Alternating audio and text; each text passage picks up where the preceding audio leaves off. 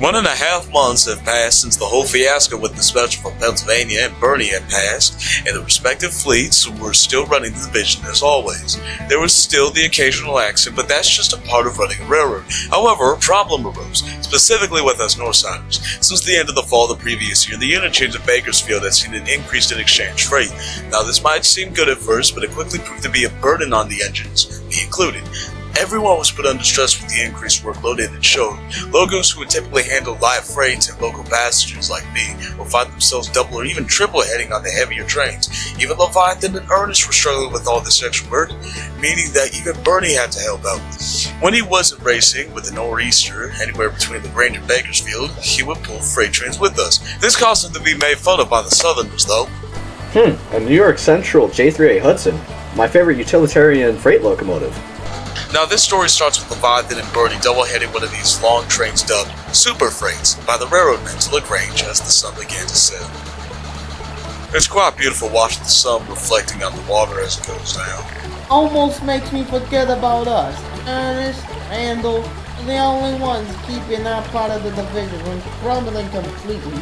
You're right, but until we can borrow another engine from up north, we're going to have to deal with it the best we can. Well, that's a goddamn shame. Oh hey buddy, it's only 3 miles to LaGrange, let's double time it.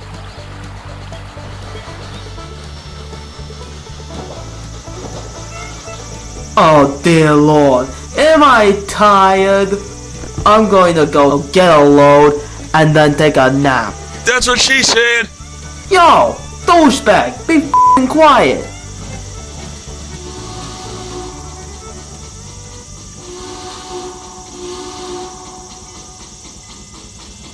What do we have here? The pride of the Central, reduced to pulling freight.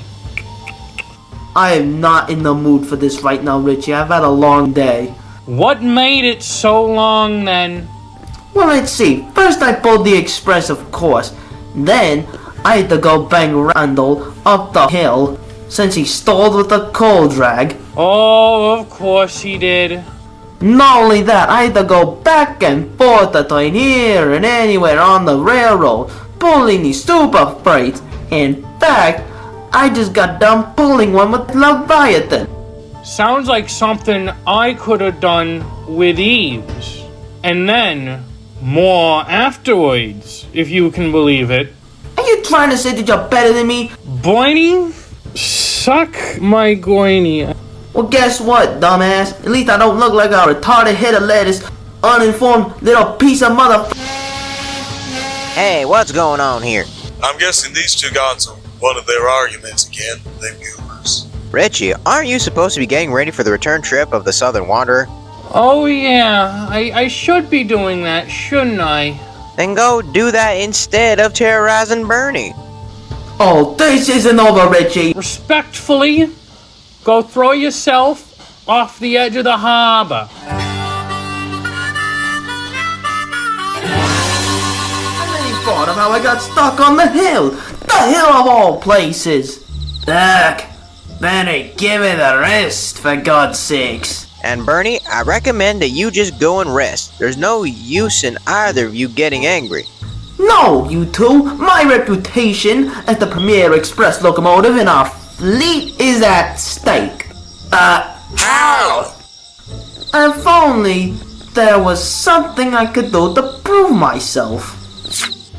He called me a stupid cabbage of all things. Womp womp. You don't get it, Fred. Don't you womp womp me. Don't be like that, Richie. You'll get over it. Hello, engines. What is all this shouting about?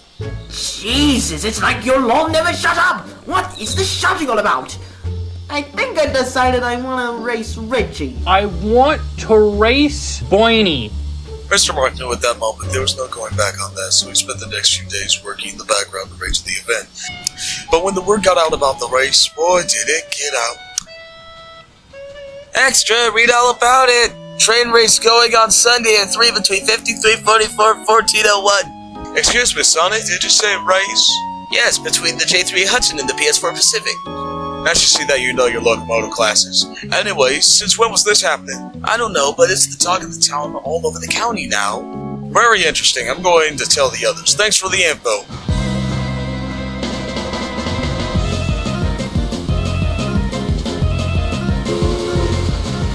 and Richie are racing Sunday. You gotta see it.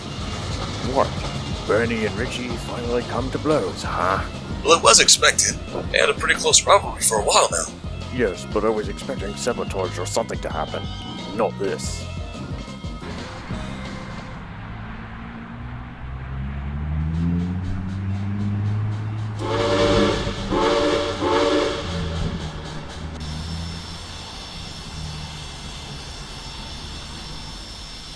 Oh, hello, Bernie. You're here rather early. Oh, hello, Kellogg. They changed my schedule for the Express a bit today. I'm surprised I wasn't told. You're pretty early, I gotta say. Oh, of course not. You're just switching the yacht all the time. Well, that's my job after all. What's the special occasion? Well, Kellogg, on Sunday I'm gonna be racing the cabbage here, and one of us is gonna come home clattering into the city before the other. Ooh, sounds exciting. Oh, it is. This is a huge opportunity for our group to cash on in, and if I win, then it would make it even better. Wonderful. Can I have your coaches now, Bernie? Oh, sure, Basil.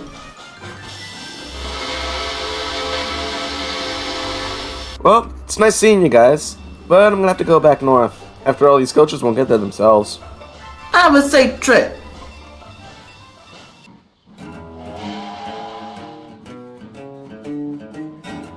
Hello, everybody. Good day to you, Kiwi. Leave those cars on the receiving side, and yeah? Hey, Kiwi, did you hear about... The race? Yes, I did. It's quite surreal. Let me tell you. Finally, that stuck-up sack of crap's getting put in his place. Question is which one? Charming. Anyways, I'm not really looking forward to this. Oh? Why not? This is bound to stir up some hatred between the rival fleets, and I'm certain that the race is just going to cause just that many more arguments. Doesn't sound like our problem. Of course you're no help, Britt. But whatever the case, I gotta go. See you later. Safe travels. To the misfortune of many, Kiwi's prediction indeed came true, as the hype around the race between Richie and Bernie grew. More debate happened between the engines of the MW. Rivalry grew more intense as the days wore on, and this was especially obvious with Bernie and Richie, since they were the whole reason this started. Each felt that they had a title to uphold, and refused to let the other overtake them. This would cause problems for both fleets.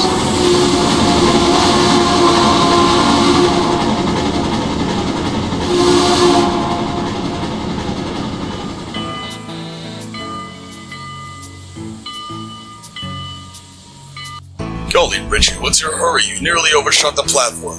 It's nothing of your concern, Frankie boy. It's about the race. Can you please make sure not to exert yourself? But if I lose this race, imagine the effect it'll have on us and our survival in this division as a whole. Look, it's only a little PR stunt that our controllers are doing, and nothing more. I'm sure that even if you do lose, it won't affect you too much.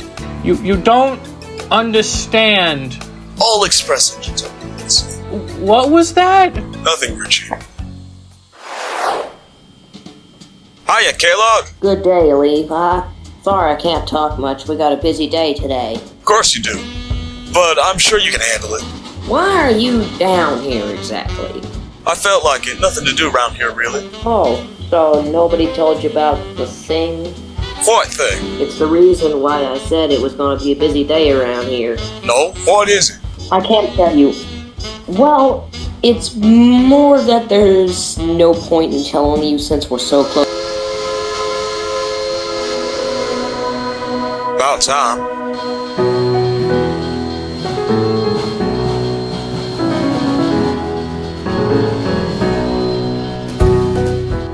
Guess what, boys? I'm back.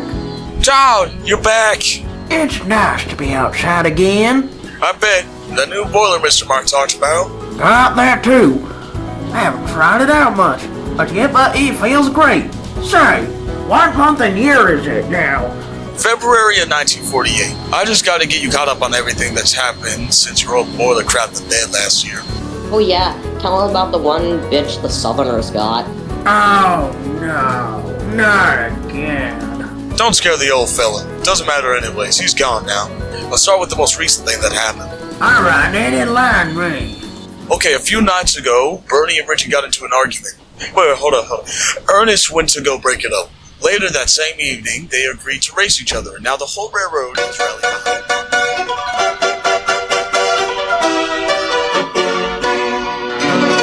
I still remember that day. It was high noon, about 1. It was the day of the race, and a good portion of the engines, myself included, gathered at Auburn where the race was starting. All trains going north of there were held for the next hour to make sure there were no problems. The tension between the two express engines, Bernie and Richie, were at an all-time high at that moment, festering with every second. Okay, you two, so here's the guidelines and rules for the competition.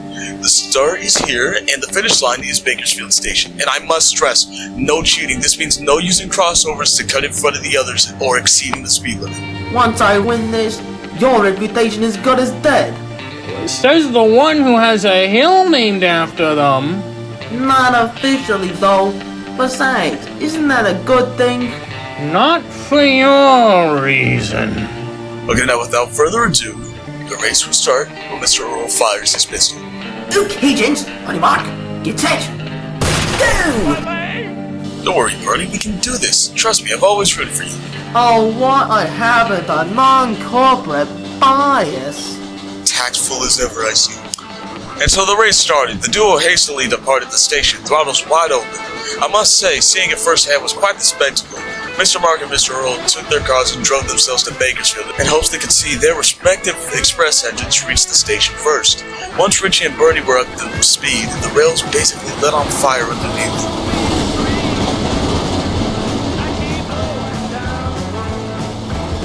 Don't stress yourself, we have plenty of miles to cover.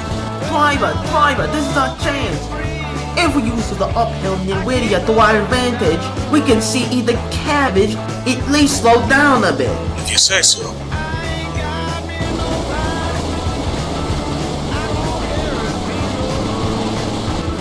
Now here they go! Go, guys, go!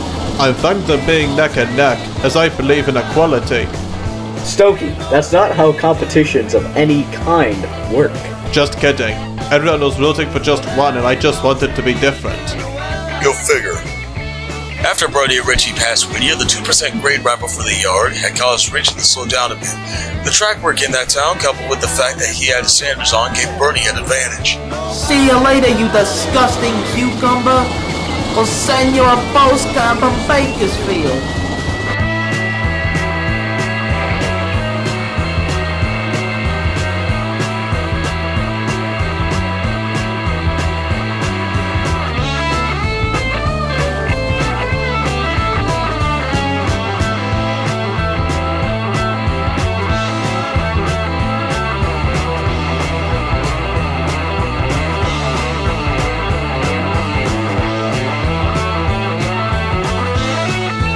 At least slow down a bit. Are you fine, Richie? You look and sound a bit flustered. Me? Never. Put that regulator to the wall and we're gonna go. Damn it. I was really hoping we could hold him off much longer. He's looking a bit worn down, though. That would have been nice. How are you holding up? One down? I'm just getting started, dearie. You better not use that crossover a few miles ahead against me, Richie. I would never. I like to play by the rules, thing. That's more than can be said about your stupid colleagues. Oh, shut up. We've been held up for 30 minutes. What's the big deal? Wait, you seriously haven't heard? About what? About the race, it's today. It was? I thought it was next week. Well, no, it's not. In fact, here they come now. I'm sure as hell not slowing down for a cucumber if that's what you're asking. Face it, Blaney. You're not gonna win, you can't win, and you'll never win. Talk about competitive. I don't know, driver. I just can't help but feel a little bit guilty. You sure are having second thoughts on you. Not this far in. Not quite. As much as I still feel a little regretful, maybe this event with the whole world watching, maybe not the best way to settle all our differences. Must be Boiny. Our image depends on it. I'm not losing to him. This is starting to seem a bit hopeless. Maybe we should just pull out of it if it's causing you this much stress.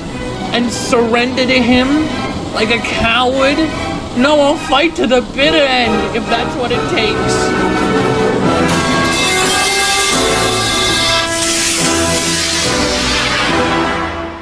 As Bernie talked to his engineer, a loud commotion erupted from behind them. Turns out it was Richie. He came to a complete stop after his cylinder lining ruptured. Bernie quickly stopped and reversed to see what happened, to see what all the noise was about. Oh my god. What the f*** happened to you? What does it matter to you? I burst a cylinder. Oh shit. Whatever. I was a fool to think I could possibly win against a Hudson. That's alright. Why? Look, what counts is at least you tried. Even though we named the rivals from different companies. I must tell you that your well-being is more important than some stupid competition cooked up by a stupid managers. This isn't gonna go over well with anyone. I mean, especially my own crew.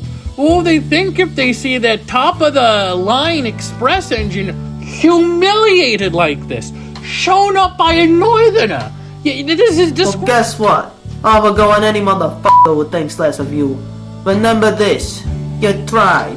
You could have not showed up at all. And how about this? I'll go back to the nearest crossover and push you from behind on the rest of the way to Bakersfield. That way, technically speaking, neither of us would win. But how? I would still make it to the station first. I'm not sure if me helping you would count as a victory.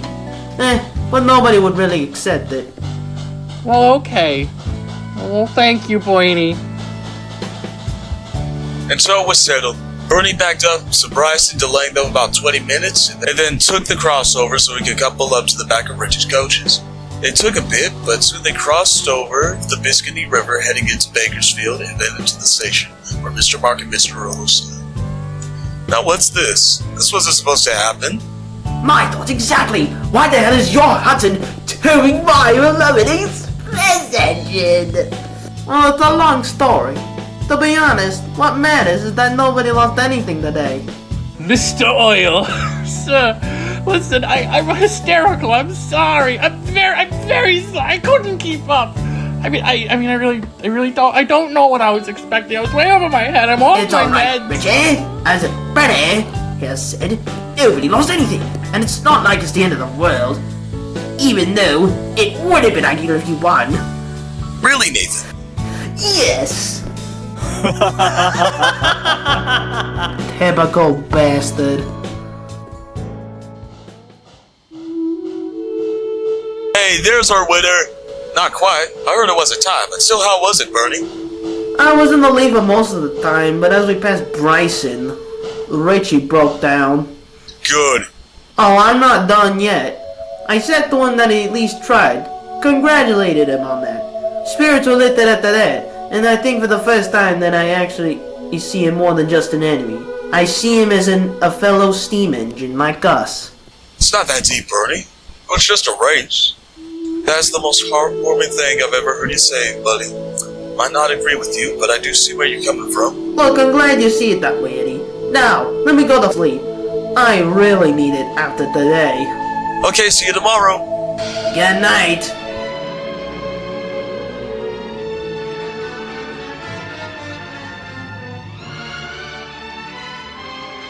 We're continued as normal the very next day for the rest of the crew, but Bernie had to undergo a bit of an inspection.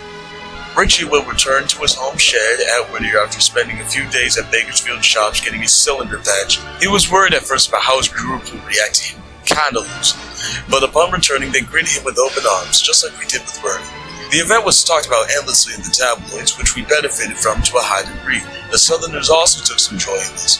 More people wanted to ride their services since they saw Richie's determination that day. Sometimes I wonder what could have been if that competition had an actual winner. I'd imagine not much would change, but what do I know? My advanced years have ensured that I have plenty more stories to tell y'all, but I'll be saving those for another time. Bye-bye.